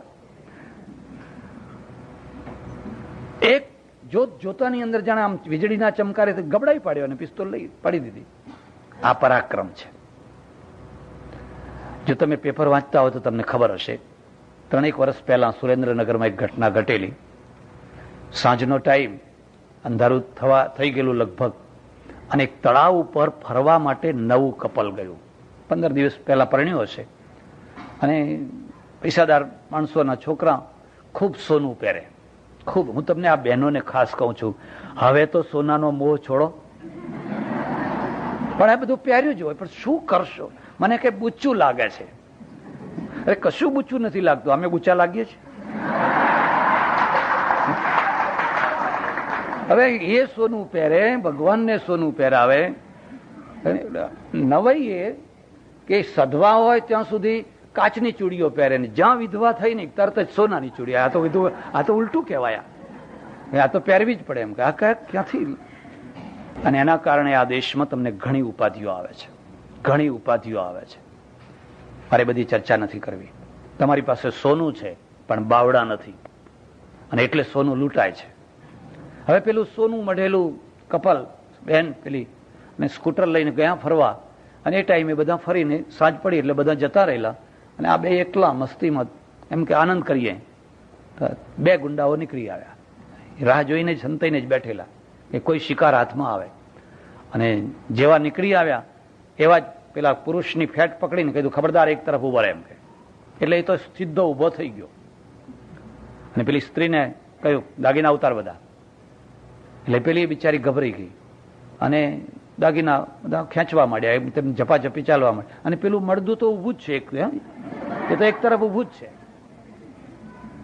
બરાબર આ જ ટાઈમે એક ગાડી આવી, કાર, કોઈ સુખી માણસની, છોકરા લઈને ડ્રાઈવર લઈને આવ્યો, રજપૂત ડ્રાઈવર. અને એણે આ દ્રશ્ય જોયું એટલે છોકરાને ગાડીમાં રહેવા દઈ અને કારમાંથી કૂદ્યો અને એકદમ વાઘની માફક આવી અને જે પેલો ઝપાઝપી કરતો હતો એના પર તૂટી પડ્યો. ખબરદાર કે હું રજપૂતનો દીકરો છું, હાથ અડાડીશ નહીં આબળાને એને. અને હવે પેલું તો ઊભું છે મળદું, હો, એને કે બેસ, સ્કૂટર ઉપર બેસીને 2 ભાગી જાઓ. અને 2 જે ભાગ્યા ને ભાગ્યા, જાય રે જાય, બચાવી લીધા. પેલો કે હું હવે મારું ફોડી લઈશ, જે મારે કરવું હશે હું કરી લઈશ. ખરેખર તો શું કરવાનું હતું? પેલાએ ત્યાં પાળીઓ થવાની જરૂર હતી. એટલે આપણા ત્યાં વરરાજાને જયારે પરણવા મોકલીએ છીએ ને ત્યારે તલવાર લઈને મોકલીએ છીએ. ખબર નહીં હવે તલવાર લે છે કે નથી લેતા, આવડું કંઈક લે છે પેલું કંઈક. પેલા એ તલવાર એટલા માટે લઈને મોકલીએ છીએ. અને આપણા ત્યાં ચાણક્ય બહુ સુંદર વાત લખી છે, બહુ સુંદર વાત લખી છે. ભાર્યા રૂપવતી શત્રુ, 4 શત્રુઓ બતાવ્યા છે, બાકીના 3 નહીં બતાવું. પણ એમાંનો એક શત્રુ અત્યંત રૂપાળી સ્ત્રી છે ને, તમને જંપીને રહેવા નહીં દે. એ સારી હશે, ભલી હશે, પણ આજુબાજુના લોકો એને ચેનથી રહેવા નહીં દે. ભાર્યા રૂપવતી શત્રુ, એ તમને નહીં ઊંઘવા દે ને જંપીને રહેવા નહીં દે. અને એમાંય જો તમારી પાસે બાવડા નહીં હોય તો જણા આવી જ બન્યું, તો જીવન ધૂળ ધાણી. એટલે હું તમને સલાહ આપું છું, મધ્યમ રાખજો, મધ્યમ, તો સુખી થશો. એટલે રાજ સત્તા જોઈએ, રાજકારણ જોઈએ, રાજનેતા જોઈએ. પહેલી શરત છે પરાક્રમ છે. 32 લક્ષણો બતાવ્યા છે એમાં પહેલું પરાક્રમનો અર્થ થાય છે તત્કાલ નિર્ણય કરવાની શક્તિ અને તત્કાલ જજુમવાની શક્તિ. હવે આ નિર્ણય કરવાની શક્તિ ન હોય, જજુમવાની શક્તિ ન હોય, અને પછી કે એક કમિશન બેસાડી દો, એક ફલાણું બેસાડી દો, એનો રિપોર્ટ આવવા દો, ફલાણું આવવા દો, આ તો બધું એનો અર્થ એ છે કે તમે કંઈ કરી નથી શકતા. બીજો, એકલું પરાક્રમ ના ચાલે, પરાક્રમ આંધળું છે. અને ભારતમાં એ જ થયું. રજપૂતો બહુ પરાક્રમી, મુત્સદ્દીગીરી નહીં, એટલે આંધળું પરાક્રમ. તણખલાની માફક ભડકો થઈને બળી મરવાનું. પરિણામ શું? મુત્સદ્દીગીરી છે. મુત્સદ્દીગીરીમાં ડાપણ છે. કયા ટાઈમે લડવું, કયા ટાઈમે પાછું પડવું. અંગ્રેજો અને રજપૂતોમાં બે ભેદ છે. અંગ્રેજ સેનાપતિ કદી લડવા ના જાય, તંબુમાં બેઠો બેઠો ઓર્ડર આપે. અને આપણો સેનાપતિ છે ને, રાજા છે ને, એ સૌથી આગળ હોય ને એનો હાથી જુદો હોય, એનો શણગાર જુદો હોય, એટલે દુશ્મનને ખબર પડે કે પેલો રાજા છે, તરત જ ઓળખાઈ જાય. અને એને મારો એટલે આખું લશ્કર મરેલું છે, બધું ભાગમ ભાગ થઈ જશે. પેલો ઓર્ડર આપે બેઠો બેઠો, એ કદી લડવા ના જાય. અને એને એમ લાગે કે અત્યારે લશ્કરને લડવા જેવું નથી, આપણે હારી રહ્યા છીએ, લશ્કર પાછું ખેંચી લે. અને અહીંયા આપણે બધાને સુરાતન ચડાવેલું કે પાછી પાની મુકાય જ નહીં, બસ મરી જાવ પણ પાછી પાની ના મુકાય. ને પેલો એમ બચાવે કે અત્યારે કંઈ ગાડા થઈને લડવા જેવું નથી, અત્યારે સંધિ કરીને પાછા વળી લો. મુસ્લિમોએ પણ આ જ કર્યું. તમને ખબર હોય કે ન હોય, શાહબુદ્દીન ઘોરી પહેલા પાટણ ઉપર ચડી આવેલો અને પાટણના રાજાના દ્વારા હારેલો ભીમસેનના દ્વારા, અને હારીને પાછો ભાગી ગયેલો. એ ભાગે એટલે આપણે બધા આનંદમાં આવે કે ભાગ્યો ભાગ્યો, એમ નહીં પાછળ પડીને એનો કાંટો કાઢીએ કે ફરી આવે નહીં. પણ આપણે તો તરત જ રાજી થઈ ગયા કે જતો રહ્યો, નાસી ગયો, ચાલો જવા દો જવા દો જવા દો. બીજા વર્ષે ફરી આવ્યો, ત્રીજા વર્ષે ફરી આવ્યો, પૃથ્વીરાજનો નાશ કરી નાખ્યો. આ મુત્સદ્દીગીરી. અને મુત્સદ્દીગીરી છે એ મંત્રીની પાસે હોય અને પરાક્રમ રાજાની પાસે હોય. જો રાજા પરાક્રમી ના હોય ને મંત્રી મુત્સદ્દી ના હોય તો રાજ્ય કોઈ દિવસ ના બચી શકે. મંત્રી ના રાજા ન શીઘ્રમ નશ્યંતી ન સંશય. ચાણક્ય. નદી તીરે ચયે વૃક્ષા પરગેહેશુ કામિની મંત્રીહીના રાજા ન શીઘ્રમ નશ્યંતી ન સંશય. આખો શ્લોક કહું. નદી તીરે ચયે વૃક્ષા, નદીના કિનારે ઉગેલા ઝાડ લાંબુ ના જીવી શકે. રેલ આવે અને કિનારો ખોતરાઈ જાય એટલે ઝાડ બધા અંદર પડે. નદી તીરે ચયે વૃક્ષા પરગેહેશુ કામિની. અને જે સ્ત્રી વગર કામે આખો દિવસ પારકા ઘરમાં ભટક્યા કરતી હોય, કામ હોય ને જાવ તો બરાબર છે, જવું પડે, પણ વગર કામે આ ઘર ને પેલું ઘર ને આ ઘર ને પેલું ઘર ને આ ઘર. ચાણક્ય કહે છે પરગેહેશુ કામિની મંત્રીહીના રાજા ન.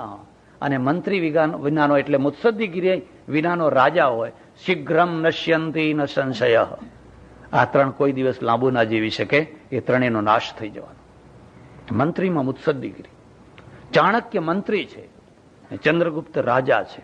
ચાણક્ય ત્યાગી છે, એ તો ઋષિ છે, મુનિ છે, છાપરામાં રહે છે, પર્ણકુટીમાં રહે છે. એને કદી ઐશ્વર્ય ભોગ્યું નથી, પણ એને કદી રાજાને ત્યાગી નથી બનાવ્યો કે તું થઈ જા ભભૂતિ ચોડીને.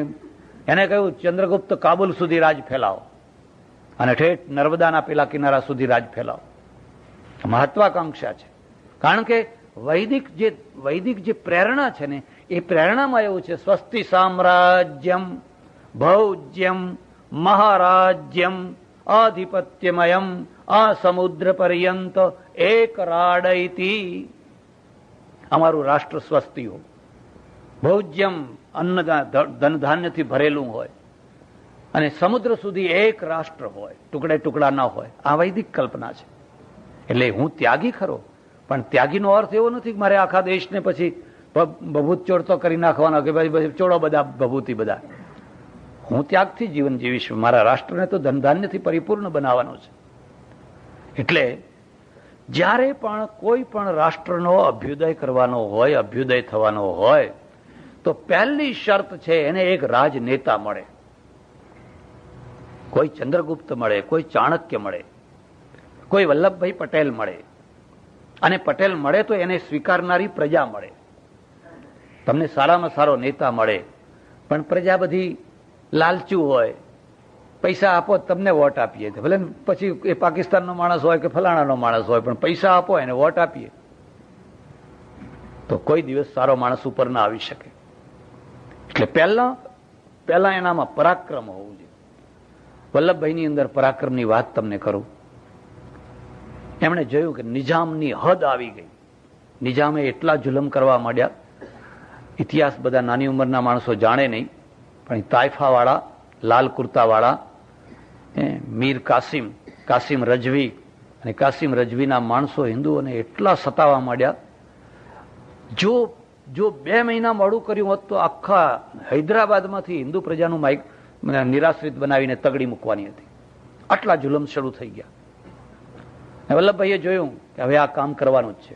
એક બીજી વાત યાદ રાખજો, જેમ મોહનથાળ બનાવો તો એની ચાસણી આવે, આમ તૈયાર થાય ચાસણી, અને ચાસણી બરાબર હોય અને પછી જો લોટ પધરાવી દો તો સરસ મોહનથાળ. અને ચાસણી આવ્યા પહેલા પધરાવો તો આ બહેનોને પૂછી જુઓ, ખબર ના પડે કે આ શીરો છે કે આ લાપસી છે કે આ શું છે.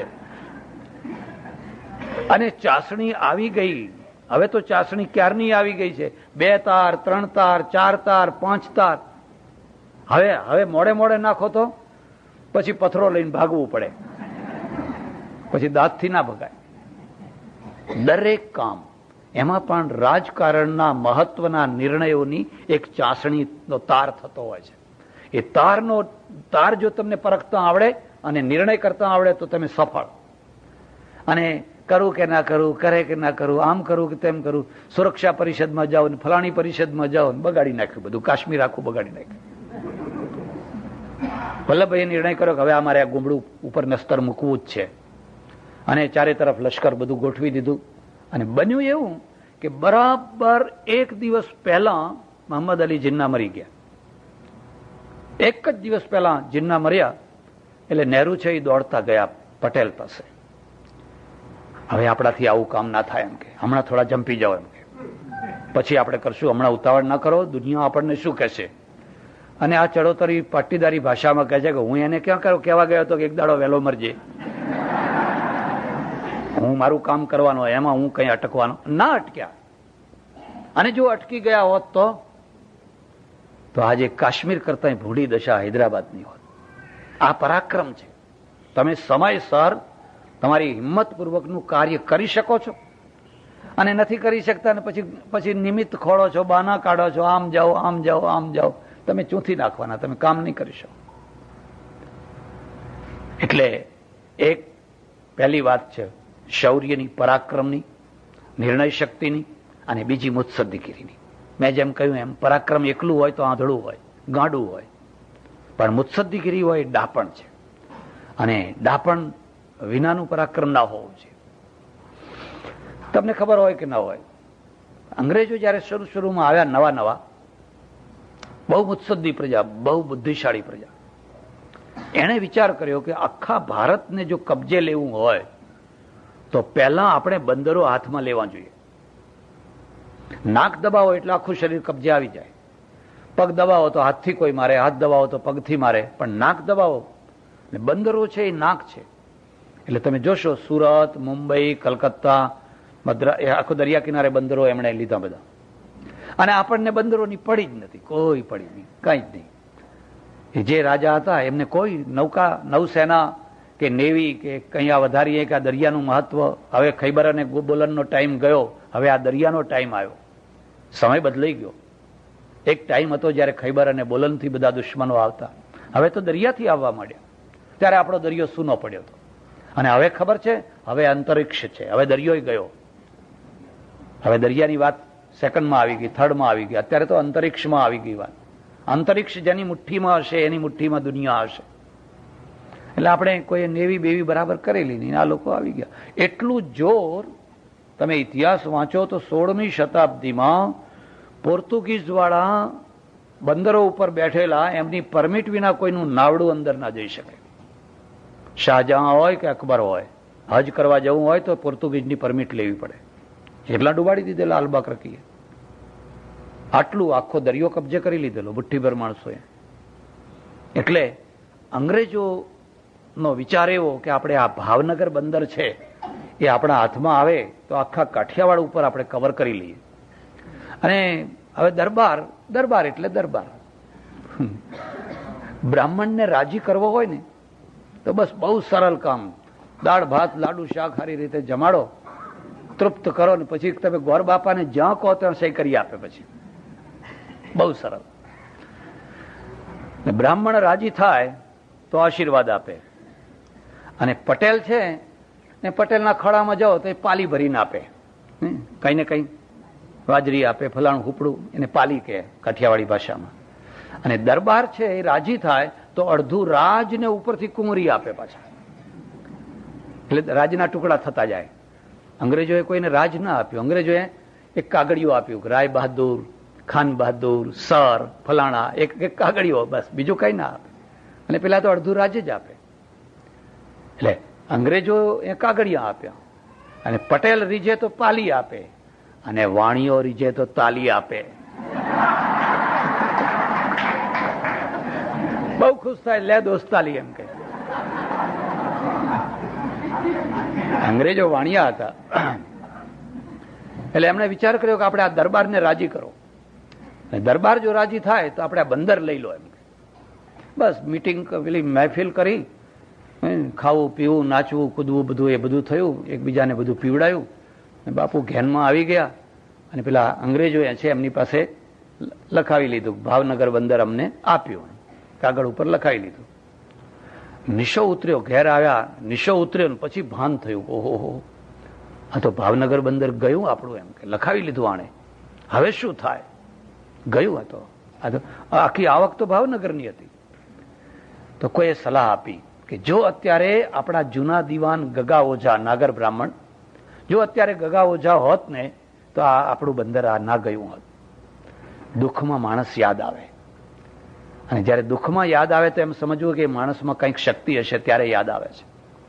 ગગા ઓઝા વૃદ્ધાવસ્થામાં સંન્યાસ લઈને ગામડામાં ફરે, એટલે એ તો સાધુ થઈ ગયેલા. કહ્યું કે ઘોડા દોડાવો, ગમે ત્યાંથી ખોડી કાઢો, અને ગમે એમ પગમાં પડીને પણ ગગા ઓઝાને લાવો, મારું રાષ્ટ્ર વિપત્તિમાં પડ્યું છે ને હવે આને બચાવશે કોણ? હવે ગામડામાં બેઠા બેઠા ગગા ઓઝા તો આત્મા પરમાત્માની વાતો કરે. ત્યાં બધા ઘોડાવાળા પહોંચ્યા અને કહ્યું કે ભાઈ આવું થયું છે અને બહુ મુશ્કેલી છે, અને અત્યારે રાષ્ટ્ર ઉપર બહુ મોટી વિપત્તિ આવી છે અને તમને ખાસ યાદ કરે છે. ગગા ઓઝાએ શું જવાબ આપેલો ખબર છે? એમણે કહ્યું, મેં સંસારના સુખોથી સંન્યાસ લીધો છે, રાષ્ટ્રભક્તિથી સંન્યાસ નથી લીધો. સંન્યાસીને રાષ્ટ્રભક્તિ હોય. સંન્યાસી થવાનો અર્થ એવો નથી કે રાષ્ટ્ર મરતું હોય તો મરવા દો અને જેનું જે થવું, આપણે આત્માનું કલ્યાણ કરી લો. તરત જ મારે અત્યારે ઘોડા ઉપર ના બેસાય, પણ હું અત્યારે ઘોડા ઉપર બેસીશ, કારણ કે મારું રાષ્ટ્ર વિપત્તિમાં છે. તરત જ ઘોડા ઉપર બેઠા અને રાત ઘોડું દોડાવીને સવારે પહોંચી ગયા. રાજાને તો ઊંઘ નથી આવી, હવે કરવું શું? ગગા ઓઝા કે ચિંતા ના કરો, શાંતિ કરો, બધું સારું થઈ જશે. પણ શું કે જો હું કહું એમ કરવો. ચારે તરફ દોડાવો માણસોને, કોઈ મદારી હોય ને એની પાસે કોઈ માકડું હોય તો એ માકડું લઈ આવો. બસ એ તો માણસોને દોડાયા ને એક પેલા નહીં નાથિયા ડોસા ને રતન ડોસી ને બધી હોય છે ને, પેલા એવો એક નાથિયા ડોસાને લઈ આવ્યા કે હા લાવ્યા કે હવે એમ કરો, એના માટે સરસ કપડાં, સોનાના દાગીના એ બધું એને પહેરાવો. પહેરાવ્યું. હવે જાઓ અંગ્રેજોને કહી દો કે ભાઈ તમને હવે આપણે ભાવનગર બંદર અર્પણ કરવાનું છે, એ મીટિંગ કરીને અર્પણ કરવાનું છે. હવે એના ગળામાં લખી દીધું ભાવનગર બંદર.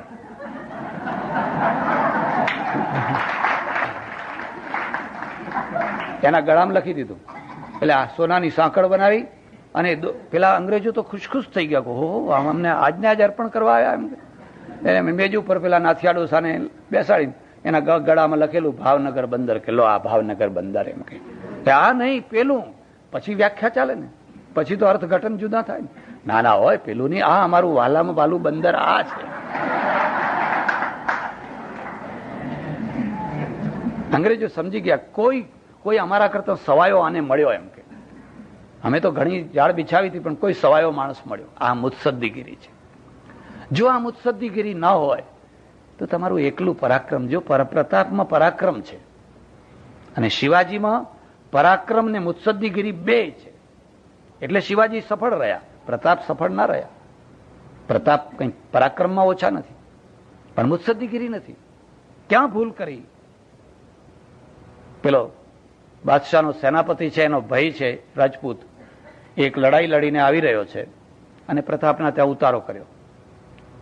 આ મેવાડનો રાજા, પેલો જોધપુરનો રાજા, અને પ્રતાપને સમજાવે છે કે તમે અકબર સાથે મૈત્રી કરી લો, ભાઈબંધી કરી લો, શું કામ દુઃખી થાવ છો?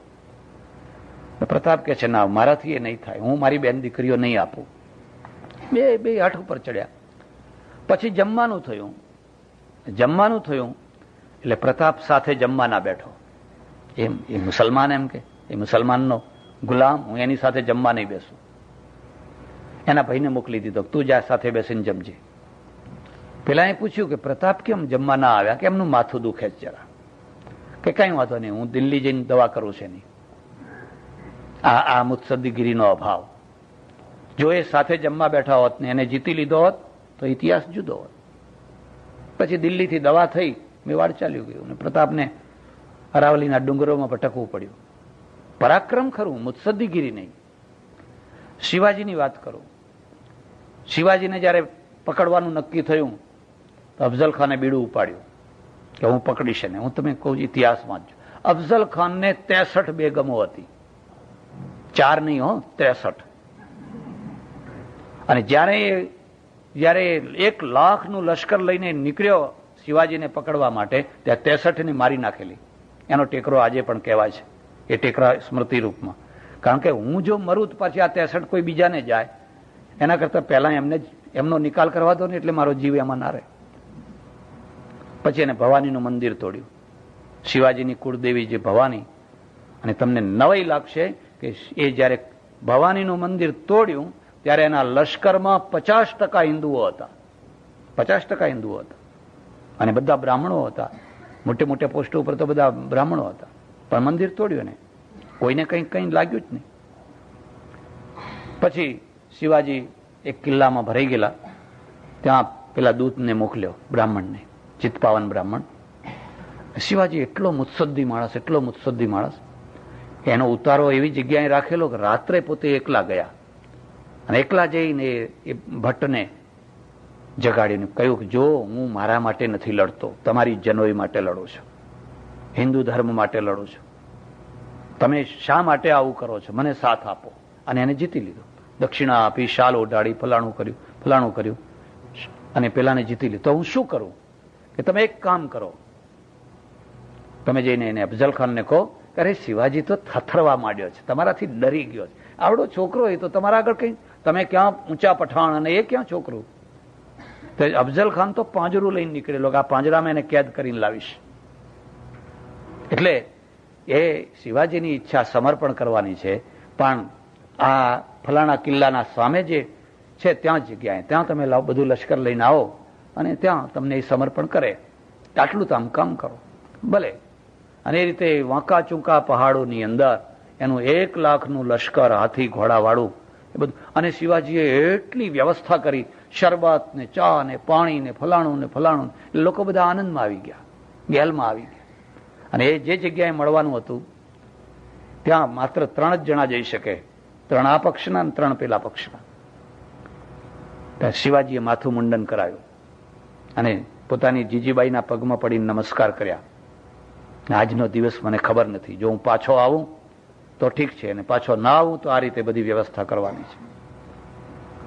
પછી 2 ચુનંદા માણસોને લઈ અને જયારે ત્યાં તંબુ ઉપર, રાવટી ઉપર પહોંચ્યા એટલે પેલો ગુસ્સે થઈ ગયો કે મોડો કેમ આવ્યો, હું તો ક્યારનો આવ્યો છું. અને એમ કરીને બાથમાં એને પકડીને પાંજરામાં પૂરવાનો પ્રયત્ન કર્યો, વાઘ નખથી ચીરી નાખ્યો. અને વાઘ નખથી જેવો ચીરી નાખ્યો, 2 પક્ષમાં થડાતડી થઈ, ઉપર તોપ ફૂટી અને જંગલમાં સંતાઈ ગયેલા જે માળવા મરાઠાઓ આ 1 લાખના લશ્કર ઉપર તૂટી પડ્યા. 3000 મરાઠાઓએ 1 લાખના લશ્કરને હરાવી દીધું. કેટલા હાથી ઘોડા બધું લૂંટી લીધું, તંબુ બંબુ બધા ભાગામ જાય રે જાય, ભાગામ. આ મુત્સદ્દીગીરી છે. આ મુત્સદ્દીગીરી જો પ્રતાપને આવડી હોત તો રાજસ્થાનનો ઇતિહાસ જુદો. આપણે પરાક્રમની પૂજા કરીએ છીએ, પણ આપણે મુત્સદ્દીગીરીની પણ પૂજા કરવી છે. અને ફરી પાછો એ પ્રશ્ન થાય, આ 45 વર્ષમાં કેટલા મુત્સદ્દીઓ પેદા કર્યા, કેટલા ચાણક્યો આપણે પેદા કર્યા. અને એમ ઉત્તર આપીએ કે ના, એકે કંઈ દેખાતો નથી. વલ્લભભાઈ ગયા પછી જાણે કોઈ કામ જ નથી થયું. ત્રીજી વાત છે, અને એનું નામ છે મોરલ. રાજકારણ મોરલ ઉપર ચાલતું હોય છે, એમાંથી પ્રજા મોરલ વાળી બનતી હોય છે. માનો કે તમારી પાસે પરાક્રમ છે, મુત્સદ્દીગીરી છે, પણ મોરલ નથી, તો તમે તો લુચ્ચા માણસ, 1 નંબરના, માત્ર લુચ્ચાઈ જ કરવાના છો. ઘણાને ખબર નહીં હોય. વલ્લભભાઈ જયારે દેવ થયા એમના ખાતામાં 242 રૂપિયા હતા, ખાલી 242 રૂપિયા. ભારતના ડેપ્યુટી પ્રધાનમંત્રીના ખાતામાં 242 રૂપિયા હતા. ખબર નહીં આજ લોકોના ખાતામાં કેટલા હશે, દેશમાં હશે કે પ્રદેશમાં હશે, ક્યાં હશે કે ક્યાં હશે. આ માણસે ધાર્યું હોત તો કરોડો રૂપિયા ભેગા કરી શક્યા હોત, જેમ આજે લોકો મંડ્યા છે બધા. એમણે કદી એ તરફ વિચાર ન કર્યો, કોઈ દિવસ એ બાબતનો વિચાર ન કર્યો. કારણ મોરલ છે, મારા દેશ માટે હું કામ કરું છું. અને જ્યાં એ મોરલ તૂટ્યું બસ પછી તો ખલાસ. મારે વધારે ચર્ચા નથી કરવી. મારે તો ફરીને આ જ પ્રશ્ન પૂછવાનો છે કે જો આપણી પાસે આ 3 સિદ્ધાંતો 3 ગુણોવાળા નેતા ન હોય, 3 ગુણોવાળા નેતાને પ્રજા આગળ ન કરી શકતી હોય તો ભવિષ્ય કેવું? ના પરાક્રમ હોય, બસ આમ ભારતના આટલા માણસો મારી નાખ્યા, ફલાણે આટલા માણસો મરી ગયા, ફલાણા આમ ભાગી ગયા, ફલાણા આમ ભાગી ગયા, કઈ નિર્ણય જ નથી. જો એટલી મુત્સદ્દીગીરી ન હોય અને જો ટકી શકે એવું મોરલ ન હોય તો તમે શું ક્યાં જઈને અટકશો? તમે કોઈને દોષ દેવાની જરૂર નથી, આપણો દોષ શોધવાની જરૂર છે. કેમ આ કક્ષાએ દેશ પહોંચી ગયો? આવો ગીતા તરફ આવો. કૃષ્ણમાં તમે 3 વાતો જોશો. પરાક્રમ છે, મુત્સદ્દીગીરી છે. મુત્સદ્દીગીરી છે કે નહીં? અરે હું તમને વાત કહું તો કોઈ આજ બધો ટાઈમ એમાં નીકળી જાય. પણ ખબર પડી, રાતના આવીને ગુપ્તચરોએ ખબર આપી કે આજે ભીષ્મ છે, એ ભીષ્મ દુર્યોધનની પત્નીને આશીર્વાદ આપવાના છે, એમના આશીર્વાદ કોઈ દાડો મિથ્યા નહીં જાય. એટલે ભીષ્મ પૂજામાં બેઠા છે અને રાતના 12 વાગે દુર્યોધનની પત્ની છે, એ દુર્યોધનની પત્નીને આશીર્વાદ આપવાના છે. હવે ગુપ્તચરોએ ખબર, આપણા ગુપ્તચરો ખબર આપે પણ પછી બધું પતી ગયા પછી પેપરમાં આવી જાય, રેડિયોમાં આવી જાય, ટીવીમાં બધું આવી જાય પછી હવે પછી શું ખબર? તરત જ એણે દ્રૌપદીને કીધું, ઉઠ, ઊભી થા, પૂજા સામગ્રી તૈયાર કર. દ્રૌપદીએ બધું તૈયાર કર્યું. ઘૂંટો લાંબો તાણે, આ કોઈ વાર આ કામમાં આવે. હું ધીરે રહી અને એમનો તંબુ હતો જ્યાં પેલા પૂજામાં બેઠેલા, ત્યાં બરાબર 12 વાગ્યા. દ્રૌપદીને કહ્યું, જા અંદર જા, જઈને પગે લાગ. બસ. અને એ અંદર ગઈ, ખૂબ પ્રેમથી પગે લાગી. સંસ્કારી ઘરની એટલે એને કંઈ શીખવાડવું ના પડે. એટલે પેલા ભીષ્મ પિતાએ કહ્યું, અખંડ સૌભાગ્યવતી ભવ. આવતી રે, જલ્દી આવતી રે. ચાલ, લઈને ચાલતા થઈ ગયા. હવે પેલી તરફ છે ને, દુર્યોધનની પત્ની કદી ટાઈમસર તૈયાર થતી જ નથી. ફ્લાઇટ ઉપડી જાય, ટ્રેન ઉપડી જાય, ગમે તે થઈ જાય, પણ એ કોઈ દિવસ ટાઈમસર તૈયાર થાય જ નહીં. કાં તો ચાવી ભૂલી જાય, કાં તો ફલાણું ભૂલી જાય, કાં તો ફલાણું ભૂલી જાય, કાં તો ફલાણું ભૂલી જાય. અને મોડે આવી અડધા કલાક પછી. અને આવીને અંદર ગઈ. અને હવે એના ઘરમાં સંસ્કાર નથી એટલે ઉપર જ પાણી ઢોળ્યું. એટલે બિચારા ડોહા ઠંડીમાં આમ જોવા માંડ્યા કે આ શું છે. ચોખા નાખ્યા, આમ કર્યું, પગે લાગીને કે હવે આશીર્વાદ આપો ને, ઉજાગરો કરીને બોલાવી છે. તો તું કોણ? તો કે હું દુર્યોધનની પત્ની. ખબર નથી તમને? તો હમણાં પેલું આવ્યું તો એ કોણ? અને હસી પડ્યા કે બેન, જેને આશીર્વાદ મળવા હતા એને આ મુત્સદ્દીગીરી છે. ગાંધારીએ કહ્યું દુર્યોધનને, જો બેટા, તું બિલકુલ વસ્ત્ર વિનાનો થઈને આવજે. હું પહેલી વાર આંખના પાટા ખોલીશ અને નખ શીખ તને હું જોઈશ તો તારું આખું શરીર વજ્રનું થઈ જશે. પછી તને મારનારો દુનિયામાં કોઈ નથી. અને પેલાના ત્યાં સમાચાર પહોંચી ગયા, તરત જ સમાચાર પહોંચી ગયા કાં તો ગજબ થઈ જશે.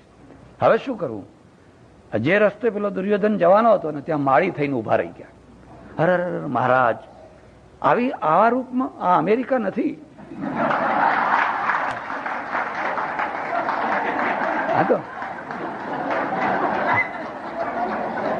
આ ભારતીય સંસ્કૃતિ. પોતાની માં આગળ આવા રૂપમાં ના જવાય, પણ કે ના, મને બોલાવ્યો છે, બધું બરાબર, પણ ના જવાય એમ. તો એક કામ કરો, બીજું નહીં તો આ ફૂલનો જાંઘિયો પહેરી લો, આટલી મર્યાદા રાખો. એટલે દુર્યોધનને લાગ્યું વાત તો સાચી છે, એ જાંઘિયો પહેરાવી દીધો. ગાંધારીએ કહ્યું કે બેટા આવ્યો કે હા. મેં કહ્યું એવું બરાબર કે બરાબર. આંખના પાટા ખોલ્યા, આમ જોયું, આખો વજ્રનો. અરે આ શું પહેર્યું છે? કે રસ્તામાં એક માળી મળ્યો હતો, તે એણે મને આ જાંગીઓ પહેરાયો. અને પેલી કે માળી નતો, એ વનમાળી હતો. આ મુત્સદ્દીગીરી છે. અને મોરલ જોવું છે, કૃષ્ણ દ્વારકાના રાજા નથી. આટલું મોટું યુદ્ધ જીતાવ્યું પાંડવોને, પણ પછી પાંડવોને કહ્યું નહીં કે મારો ભાગ શું, મને શું આપો છો? એક અક્ષર, એક શબ્દ નહીં. જયારે યુદ્ધ પૂરું થયું અને પછી કુંતાજીને કહ્યું કંઈક માગી લો તમે. 5 પુત્રની માં બહુ દુઃખી થઈ, જે ઈચ્છા હોય એ માગી લો. અને ત્યારે કુંતાએ માગ્યું છે કે તમે જો મારા ઉપર પ્રસન્ન હોવ, વિપદા સંતુના શશ્વત તત્ર શ્રી જગદગુરો, હે જગદગુરો, સતત મારા ઉપર વિપત્તિઓ નાખ્યા કરો.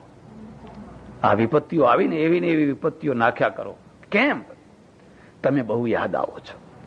વિપત્તિ હોય ત્યારે યાદ આવો છો, અને સંપત્તિ હોય ત્યારે યાદ આવતા. જોબ છૂટી જાય ત્યારે ભગવાન બહુ યાદ આવે કે હે મારા વાલા, ફલાણા વાલા, ફલાણા વાલા. પછી ચાલ્યા ગયા હતા. દ્વારકામાં બલરામને ગાદીએ બેસાડ્યા. પોતે ગાદીએ નથી બેઠા. એ તો લોકો કહે છે દ્વારકાના રાજા, પણ રાજા બલરામને બનાવ્યા, પોતે તો તટસ્થ રહ્યા. એટલે ભગવદ્ ગીતા હોય કે ધર્મ હોય, ભલા થજો તમે ધર્મને એક ખૂણાની વસ્તુ ના બનાવી દેશો. જીવનની જે સૌથી મહત્વની વસ્તુ છે એ રાષ્ટ્ર છે, સ્વાધીનતા છે, તમારું સ્વમાન છે. અને રાષ્ટ્રને અને ધર્મને કઈ લેવા દેવા ના હોય એવો જો ધર્મ હશે તો એ ધર્મ રાષ્ટ્રને હાનિ કરતા થઈ જશે. આપણે દૂષિત રાજકારણમાં પડવું નથી. દૂષિત રાજકારણ એટલે ખટપટવાળું. પણ જે સાચું રાજકારણ છે, જેમાંથી તમારી શક્તિ ઊભી થાય છે, જેમાંથી તમારો અવાજ ઊભો થાય છે, એમાંય જો તમે નહીં પડો, એમાંય જો તમે તમારું કર્તવ્ય નહીં બજાવો, દેશમાં આ દશા થઈ છે. ડાયા લોકો 50% વોટ આપવા જતા જ નથી. એ બધા ઘરમાં બેસીને ટીવી જોવે છે. અને પેલા એવા હોશિયાર છે કે તે દિવસે સારામાં સારું પિક્ચર મૂકી દે છે.